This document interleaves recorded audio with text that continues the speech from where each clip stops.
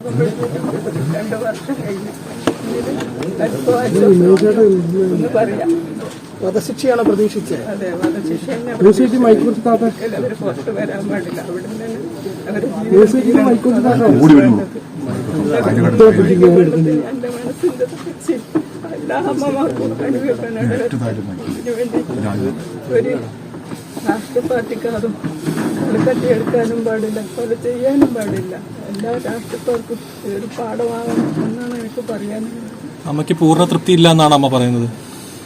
എനിക്ക് നഷ്ടപ്പെട്ട് തിരിച്ചു കിട്ടൂലല്ലോ.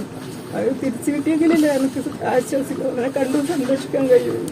അതൊരിക്കലും കിട്ടൂലല്ലോ. പിന്നെ എങ്ങനെ ഞാൻ സന്തോഷിക്കുക? എങ്കിലും എനിക്ക് ആശ്വാസം ഉണ്ടെന്ന് പറയാം.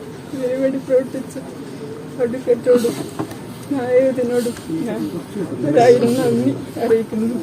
അതുപോലെ തന്നെ എൻ്റെ പാർട്ടിക്കാരോടും നാട്ടുകാരോടും അവരുടെ സുഹൃത്തുക്കളോടും എല്ലാവരോടും ഞാൻ നന്ദി അറിയിക്കുന്നു.